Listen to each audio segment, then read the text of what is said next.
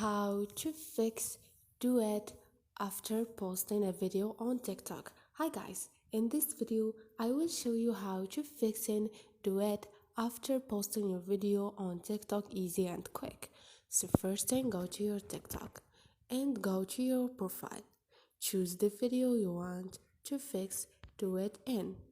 Now, all you need to do is click on those 3 points and scroll over this list. You're gonna find privacy settings. Click on it, and here you have allow Duet.